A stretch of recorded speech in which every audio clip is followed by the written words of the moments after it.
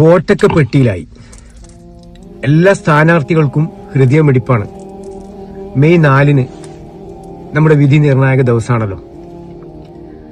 സത്യത്തിൽ കേരളത്തിൽ ഒരു 3-ാം തവണയൊന്നും ഒരു മന്ത്രിസഭയും വന്നിട്ടില്ല. 2 തവണ ഒക്കെ വന്നിട്ടുണ്ട് കേരള ചരിത്രത്തിൽ. ഇനി 3-ാം തവണ അഥവാ ഈ LDF ഗവൺമെന്റ് വന്നിട്ടുണ്ടെങ്കിൽ വനവാസത്തിന് പോകേണ്ടി വരിക VD സതീശൻ മാത്രമായിരിക്കില്ല. ഒരുപാട് ആൾക്കാർ വനവാസത്തിന് പോകേണ്ടതായി വരും. പക്ഷെ ഈ ഇലക്ഷനെ പ്രതിഫലിക്കുന്ന കുറച്ച് ഘടകങ്ങളുണ്ട്. അതാണ് ഞാൻ നിങ്ങളോട് പറയുന്നത്. BJPയുടെ വോട്ടുകൾ കുറയുന്നൊരവസ്ഥ വന്നു എന്ന് കൂട്ടുക. ഓരോ മണ്ഡലങ്ങളിലും BJPക്ക് സ്ഥിരമായി കിട്ടാനുള്ള വോട്ടുകൾ കുറഞ്ഞു. പകരം സ്ഥിരമായി അവിടെ കിട്ടുന്ന വോട്ടുകളിൽ നിന്നും ഒരുപക്ഷെ കോൺഗ്രസിനോ LDFനോ അധികം വോട്ടുകൾ വന്നതിനാൽ അതിന്റെ അർത്ഥം BJPയുമായി ഒരു രഹസ്യധാരണ ഉണ്ടെന്ന് തന്നെയാണ്. അത് കാരണം കേരളത്തിലെ കഴിഞ്ഞ ഇലക്ഷനൊക്കെ അങ്ങനെ നമുക്ക് ഒരുപാട് അനുഭവങ്ങളുണ്ട്. അതൊരു ഘടകമാണ്.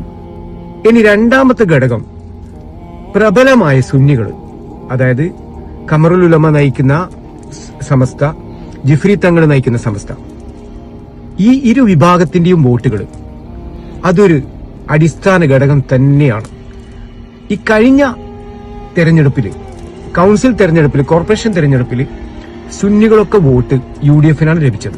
അത് കേരളത്തിലെല്ലാ ജനങ്ങൾക്ക് അറിയുന്ന കാര്യമാണ്. പക്ഷെ ഈ തെരഞ്ഞെടുപ്പിൽ അത് എത്രമാത്രം പ്രതിഫലിക്കും എന്നറിയില്ല. സർവേ ഫലങ്ങൾ നമുക്കൊരു വിശ്വാസയോഗ്യമൊന്നല്ല.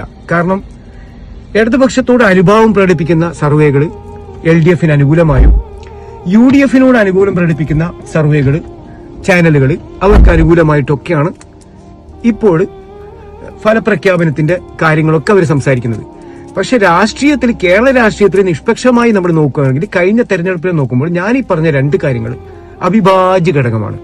അങ്ങനെയുള്ള ഒരു തരംഗം വരുവാണെങ്കിൽ ഈ തെരഞ്ഞെടുപ്പിൽ നമുക്ക് ചിലപ്പോ ഏത് രാഷ്ട്രീയ പാർട്ടികൾ വിജയിച്ചാൽ പോലും ഈ 2 വിഭാഗത്തിന്റെയും വോട്ടുകൾ എവിടെ പോയിന്ന് കൃത്യമായിട്ട് നമുക്ക് മനസ്സിലാക്കാൻ പറ്റും.